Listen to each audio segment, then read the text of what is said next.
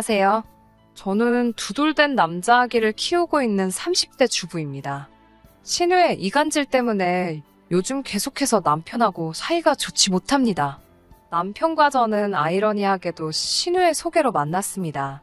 대학교 시절부터 취업 전까지 저는 입시학원에서 수학을 가르치고 있었고, 신우는 그 학원 상담실장이었어요. 우연한 기회로 점심 몇 번 같이 먹다가 신우가 좋은 사람이 있는데 한번 만나보지 않겠냐고 했고, 그게 지금의 남편입니다. 사실 둘이 남매인지는 나중에 알았습니다. 처음에는 그냥 좋은 사람이라고만 소개해서 막연히 지인이겠거니 했어요. 그러다 남편과 3-4번쯤 만났을 무렵 신우와 남매 사이라고 남편이 말해줘서 알았네요. 제가 왜 진작 말하지 않았냐 하니 신우가 제가 누나 있는 남자를 안 좋아한다고 말했다고 하더래요. 저는 그런 말을 한 적이 없는데 말입니다. 하지만 남편이랑 이미 잘 지내고 있었기 때문에 굳이 따지고 들지는 않았어요. 지금 생각해보면 그때부터 따졌어야 했던 건지도 모르겠습니다. 저는 시간을 갖고 좀 알아가고 싶었던 반면 남편은 가능한 빨리 결혼하고 싶어 했어요. 자기 어머니가 많이 아프셔서 조금이라도 건강하실 때 자기가 좋은 사람 만나서 결혼하는 모습을 보여드리고 싶다고 하더라고요. 남편은 집안의 막내이자 유일한 아들이었기 때문에 그 마음이 좀 이해도 되긴 하더라고요. 그렇게 저희는 6개월의 짧다면 짧은 연애를 하고 바로 결혼하게 되었습니다. 저는 당시 모아둔 돈이 5천만 원 정도 있었고 남편은 3천만 원 정도 가지고 있었어요. 양가 어른들에게 손 벌리지 않고 결혼하려고 했지만 둘이 1억도 안 되는 돈 가지고는 도저히 안 되겠더라고요. 결국 친정에서 5천만 원을 빌려주셨고 남편도 신우에게 2천만 원을 더 빌려서 결혼하게 되었습니다. 결혼식은 반반 부담했고 경기도의 작은 아파트 전세를 얻었습니다. 그런데 결혼식을 1달 정도 남겨둔 상황에서 시모께서 결국 세상을 떠나셨어요. 오랫동안 아프셨던 분이라 다들 어느 정도 마음의 준비는 하고 있었던 것 같아요. 장례를 치르고 일주일 정도 지났을 무렵 결혼식을 미뤄야 할지 매우 걱정이 되더라고요. 이리저리 알아보니 주변 사람들은 받아놓은 날이니 괜찮다고 하더라고요. 그래서 조심스레 신우의 의견을 물었더니 신우가 저희 둘이 알아서 하라고 했습니다. 그런데 그날 저녁 남편에게 전화가 왔어요. 술에 잔뜩 취해서 누나가 그러는데 제가 돌아가신 분은 돌아가신 분이고 결혼식은 이미 돈도 다 냈으니까 해야겠다고 제가 우겼다는 거예요. 정말 어이가 없어서 말도 안 나오더라고요. 남편의 말도 안 되는 술주정을 듣고 있는데 열불이 나서 결국 신우에게 전화를 했습니다. 신우에게 왜 도대체 하지도 않은 말을 만들어내서 말을 하시냐 하니 제가 했던 말들이 자기의 귀에는 그렇게 들렸다는 거예요. 그러면서 술 취한 애가 하는 말에 왜 이렇게 열을 내냐고 저더러 진정하라더군요. 결국 다음날 남편과 다시 만나 제 의사를 분명히 밝혔습니다. 그리고 나를 그렇게 못 믿겠으면 지금이라도 결혼 없자고 했어요. 그러자 남편이 한숨을 내쉬더니 자기 누나가 원래 그렇게 남의 말에 살을 잘 붙인다면서 자기가 좀 더 걸러서 듣도록 하겠다고 하더군요. 그래서 한 번 더 기회를 주기로 했어요. 결혼식 전날이었어요. 남편에게 혼주 자리에 누가 앉기로 했냐고 물으니 자기도 모르겠대요.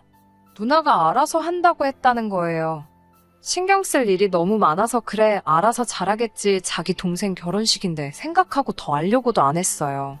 그런데 당일이 되니까 세상에 결혼도 안 한 신우가 한복 곱게 차려입고 올림머리하고 식장에 와 있더라고요. 그러더니 자기가 혼주 자리에 앉는다는 거예요.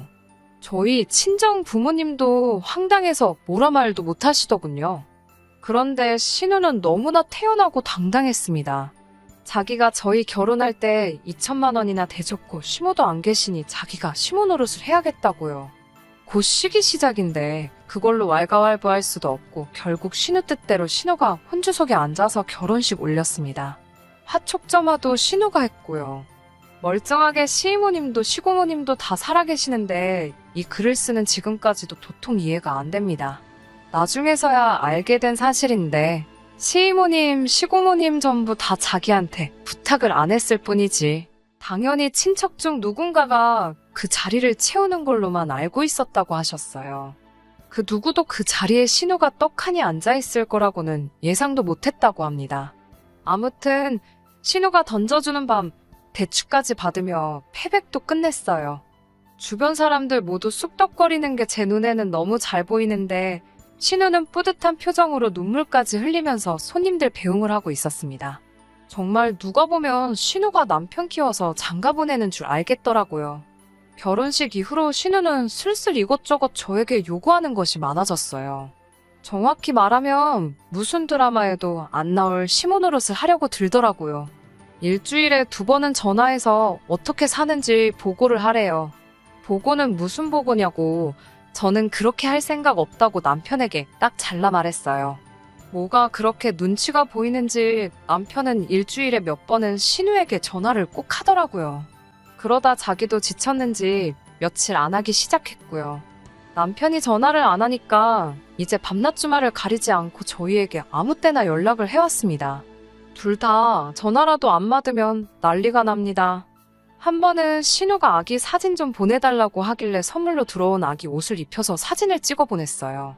그랬더니 바로 신우한테 전화가 오더라고요. 아이가 핑크색 옷을 입고 있었는데 왜 남자애한테 핑크색을 입혀?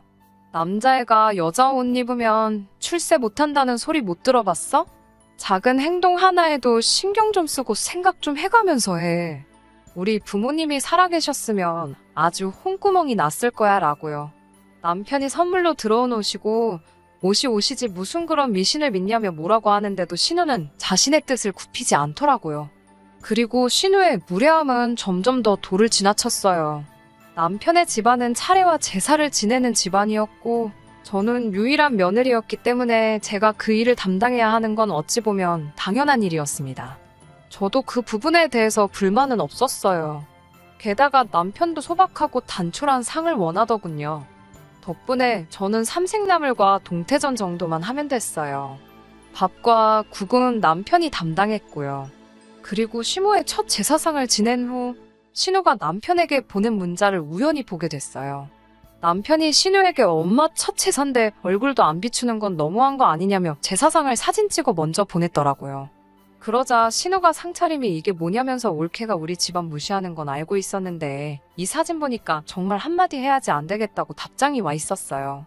남편이 무례한 건 누나라고 적당히 좀 하라고 한마디 하니까 신우가 걔 엄마 제사 진심으로 지내는 거 아니야. 엄청 교활한 아주 뱀 같은 여자애니까 너도 조심해라고 답장이 왔더군요. 이제는 시어머니 노릇도 못해서 저와 남편 사이를 이간질까지 하려는 건가 싶더라고요. 비록 우연히 본 문자지만 이런 내용까지 본 이상 도저히 참고만 있을 수는 없었어요. 그래서 남편에게 일단 핸드폰을 보게 된 건 미안하다고 그렇지만 난 도저히 억울해서 이렇게는 못 살겠다고 이혼하자고 했어요. 그러자 남편도 자기 누나가 아무래도 제정신이 아닌 것 같다면서 자기는 시집도 못 갔는데 우리가 잘 사는 걸 보니 배가 아픈가 보대요. 그러면서 자기가 누나한테 한마디 할 테니까 이번 한 번만 더 용서해 달라고 하더라고요. 제가 그럼 지금 여기서 스피커폰으로 신우한테 전화해서 앞으로 보지 말고 살자고 얘기하라고 했어요. 그러자 남편은 잠시 머뭇거렸습니다. 그러더니 전화를 걸어서는 신우에게 왜 내 와이프를 뱀 같다고 그러냐고 따지더라고요. 그러니까 신우한다는 말이 너 어려서는 내 말에 한마디 반항도 안 하더니 올케 만나고서부터 변했다고 그게 다 올케 새치여에 놀아나서 그런 거야라며 혓바닥 놀리는 게 뱀이지 사람이겠냐고 남편에게 정신 차리라고 하더군요. 남편이 누나 아무래도 정신병이라고 이거 제발 병원을 가든 약을 먹든 하라고 악을 쓰더군요. 둘의 대화를 아무리 이해하려고 해도 이해가 되지 않았습니다. 가만히 있던 나에게 굳이 자기 남동생을 소개시켜놓고 이제 와서 제가 마음에 안 들어 미치겠나 보더라고요. 아마 신우는 학원에서 보이는 저의 단편적인 이미지만 보고는 말 잘 듣는 올케를 기대했던 것 같기도 해요. 저도 학원에서 신우를 직장 동료로 만났을 때는 이런 또라이라고는 상상도 못했으니까요. 전화 통화가 끝나고 다시 신우로부터 문자가 하나 왔습니다. 이 마누라 혹시 산후 우울증 아니야? 그것도 정신병이야 라고요. 제가 애 낳은 지 2년인데 무슨 갑자기 산후 우울증 타령인지 너무 어이가 없어서 실수가 다 터지더라고요. 결국 남편과 상의 끝에 당분간 신우와 보지 않고 살기로 했어요. 그리고 결혼 때 받았던 2천만 원도 원래는 돌려주려고 따로 적금 들고 있었거든요. 결혼식 날 자기가 그 돈을 줬으니 시어머니 노릇하겠다는 말이 충격적이어서요. 나중 가면 그 돈을 이유로 어버이날에 용돈까지 달라고 할 것만 같아서 당장 형편은 아쉬웠지만 차라리 신우와는 어떻게든 엮이지 않는 것이 상책이라는 생각이 들어 돌려줄 요량으로 모으고 있던 돈이에요. 그런데 그냥 그 돈도 안 주려고요. 그동안 당한 정신적 고통에 대한 보상이라고 해도 되겠죠. 예상대로 신우는 남편의 통보를 받자마자 또 남편이 제 손바닥 위에서 놀아나고 있는 거라고 제가 아주 지내 가족의 탄탄한 유대감을 파괴하려 하고 있다며 열변을 토하더라고요. 그 전화를 제가 듣고 있을 거라고는 상상도 못했나 봐요. 도를 넘어선 저를 향한 비난과 험담이 계속되니 저도 말을 아예 하지 않을 수가 없었어요. 전화를 돌려받아 신우에게 인사를 건네니 네가 전화를 왜 받아? 하는 느낌으로 흠칫하더라고요. 제가 신우에게 혹시 마음에 안 드는 게 있다면 저랑 직접 만나서 대화를 나누자고 말을 했지요. 신우는 어디 시집 온 여자가 건방지게 몰아가라 하느냐고 성질을 내더라고요. 저는 그 말에도 아랑곳하지 않고 그럼 제가 형님 계신 곳으로 가겠다고 어디시냐고 물어봤죠. 자기가 성질을 내고 있으면 제가 쫄아서 이러지도 저러지도 못할 거라고 생각했나 봐요. 그런데 오히려 제가 더 당당하게 나가고 직접 만나자는 식으로 말을 하고 있으니 오히려 신우가 더 겁을 먹어서 만남을 피하려고 하더라고요. 신우에게 단도직입적으로 제가 뭘 잘못하고 뭐를 못해서 계속 이러시는 거냐고 계속 다그쳤어요. 그동안 쌓인 것들이 한 번에 터져나오니 신우가 말할 틈도 주지 않고 쏟아져 나오더라고요. 신우도 제가 하는 말에 압도가 되어서 그런가 쩔쩔매면서 아니 그런 게 아니고 하면서 제 기분 살피면서 말을 아끼더라고요. 겁을 먹었는지 어버버대면서 말도 똑바로 못하는 걸 보니 제가 이런 면을 가지고 있었는지 처음 알았던 것 같습니다. 형님께 단도직입적으로 남편의 누나로서 책임감을 느껴 시어머니 노릇을 하고 싶으신 거냐? 아니면 그냥 우리 둘 사이가 좋아 보여서 질투가 나서 그러시는 거냐? 그것도 아니면 둘 다냐? 하고 물어봤어요. 신우는 그런 게 아니고 하면서 변명을 하려고 했지만 아무 말도 못하고 결국 전화가 다 끝날 때쯤이 돼서는 내가 그랬어. 그것 때문에 기분이 나빴으면 미안해. 하면서 제게 사과를 해오더라고요. 충분히 참교육을 시켜준 것 같아서 전화를 끊었습니다. 하지만 신우는 그치지 않고 계속해서 남편에게 제 험담을 늘어놓았다고 해요. 하지만 남편의 칼 같은 차단으로 신우의 이간질은 통하지 않았고요. 오히려 이번 일을 통해서 남편이나 전화하고 싶은 얘기가 있으면 서로 솔직하게 터놓고 이야기하게 되었어요. 그러다 보니 오해할 일도 없고 서로 더 잘 이해할 수 있는 돈독한 사이가 된 것 같아서 정말 좋고 행복합니다. 남도 아니고 자기의 가족, 남동생의 일이니 아버님, 어머님 두 분 다 계시지 않는 와중에 신우가 충분히 그럴 수 있다고 생각은 해요. 하지만 그 정도가 또 지나치다 보니 저도 참을 수가 없었습니다. 신우가 결국 잘못을 뉘우치고 저희 앞에 다시 평범한 누이와 동생, 신우이와 올케 사이가 되길 원한다면 저는 언제든지 마음을 열어 신우를 환영해줄 준비가 되어 있어요. 아직까지 신우가 준비가 된 것처럼 보이지는 않지만요. 아무튼 한동안은 신우의 속박에서 벗어나서 모처럼 남편과 제가 마음 편히 행복하게 지낼 수 있겠습니다. 사연 들어주셔서 감사합니다.